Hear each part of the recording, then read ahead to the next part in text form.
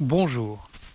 Depuis plus de 2 ans, on sait que le pouvoir aux États-Unis est divisé, que d'un côté il y a les faucons libéraux autour de l'ancien général David Petraeus et de l'ancien général John Allen.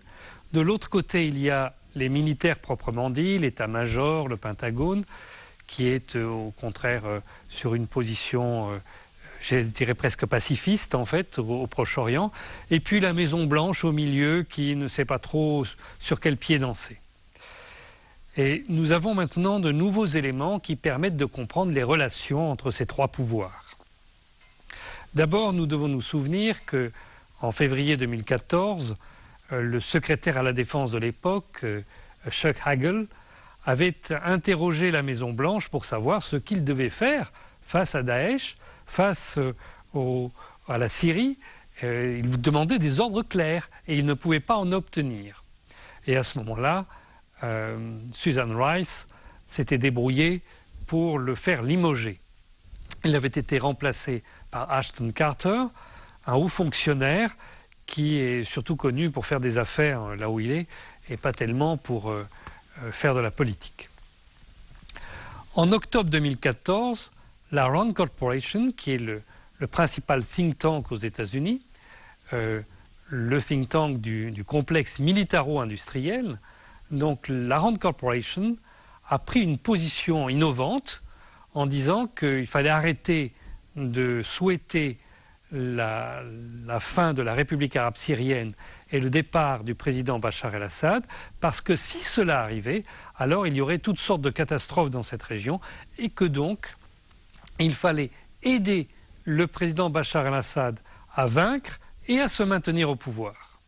En août 2015, il y a eu cette chose très étonnante de l'interview de l'ancien directeur de la Defense Intelligence Agency, Michael Flynn, une interview donnée à Al Jazeera, au cours de laquelle il a expliqué son travail au sein du Pentagone. Et il a notamment révélé le sens d'un document qui avait été divulgué, déclassifié, qui montrait que la DIA avait mis en garde dès août 2012 contre un éventuel développement de Daesh et son installation à la fois en Irak et en Syrie.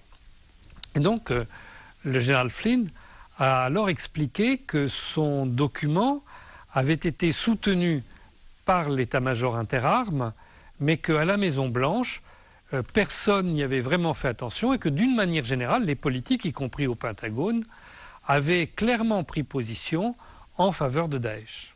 Alors, la semaine dernière, un nouvel élément est apparu, c'est un long article de Seymour Hersh dans la London Review of Books. Alors vous savez que Seymour Hersh, c'est un grand journaliste aux États-Unis qui a révélé toutes sortes de choses depuis le massacre de My Lai au Vietnam et qui aujourd'hui a du mal à publier dans son propre pays. Donc après avoir travaillé au New York Times ou au New Yorker, il est aujourd'hui exclusivement publié en Grande-Bretagne.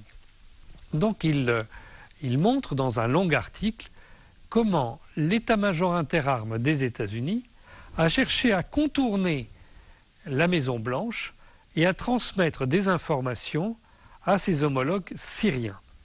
Le journaliste précise que jamais il n'y a eu de contact direct entre les militaires des deux pays, mais que le général Martin Dempsey, le chef d'état-major interarmes, a transmis volontairement des informations aux Allemands ou aux Russes en espérant que ceux-ci les transmettraient à leur tour aux Syriens.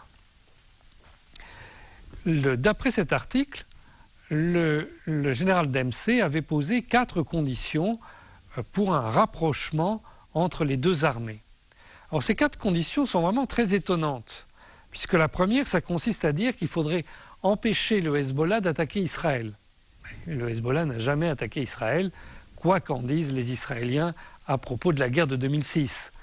Le Hezbollah, c'est un réseau de résistance qui s'est constitué lors de l'invasion israélienne au début des années 80, qui au départ avait une identité, une idéologie autour de la révolution iranienne, mais qui avait des armes qui lui étaient fournies par l'armée syrienne, puisque l'armée syrienne était présente au Liban à l'époque. Les choses ont changé après le retrait de l'armée syrienne en 2005, et aujourd'hui le Hezbollah est surtout soutenu par l'Iran. La deuxième recommandation, c'est de reprendre les négociations avec l'État d'Israël à propos du Golan. Alors là aussi, on doit se souvenir qu'à la fin du mandat de Bill Clinton, celui-ci avait organisé des négociations entre Israël et la Syrie, qu'elles ont duré plusieurs années, de Wye River à Genève, et qu'à la fin, un accord a été conclu sous l'autorité de Bill Clinton qui prévoyait la restitution du Golan à la Syrie. Et pourtant, rien n'a été signé, car au dernier moment, le Premier ministre israélien, Ehud Barak à l'époque, a fait machine arrière et il n'a pas osé présenter ce qu'il avait lui-même négocié à son propre gouvernement. Alors, par la suite, le président Bachar el-Assad a essayé de relancer des négociations avec les Israéliens, cette fois-ci par le biais de la Turquie. Et là encore, ça n'a rien donné. Et au bout d'un moment, le président Bachar el-Assad a mis fin à ces négociations parce que les Israéliens tenaient deux discours et qu'à ce moment-là, ils venaient de se livrer à un acte de piraterie et une violation de la Charte des Nations Unies en attaquant la flottille de la liberté dans les eaux internationales en Méditerranée. La troisième condition, c'est accepter des conseillers militaires russes. Alors évidemment, c'est quelque chose qui est demandé au cours de l'année 2014. Alors là encore, il faut préciser les choses. L'armée russe n'est arrivée ici qu'il y a 3 mois. Mais la décision de l'arrivée de l'armée russe ici a été prise conjointement par la Syrie et la Russie en 2012, avant la conférence de Genève. À ce moment-là, il avait été prévu que si le document de Genève était signé et si la paix s'installait ici en Syrie, alors on déploierait des chapkas bleus, des casques bleus d'origine russe ou des alliés de la Russie, de manière à stabiliser le pays.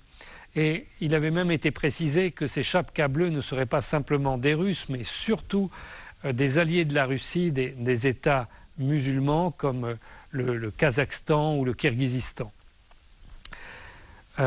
La quatrième condition, c'est de nouvelles élections avec la participation de l'opposition.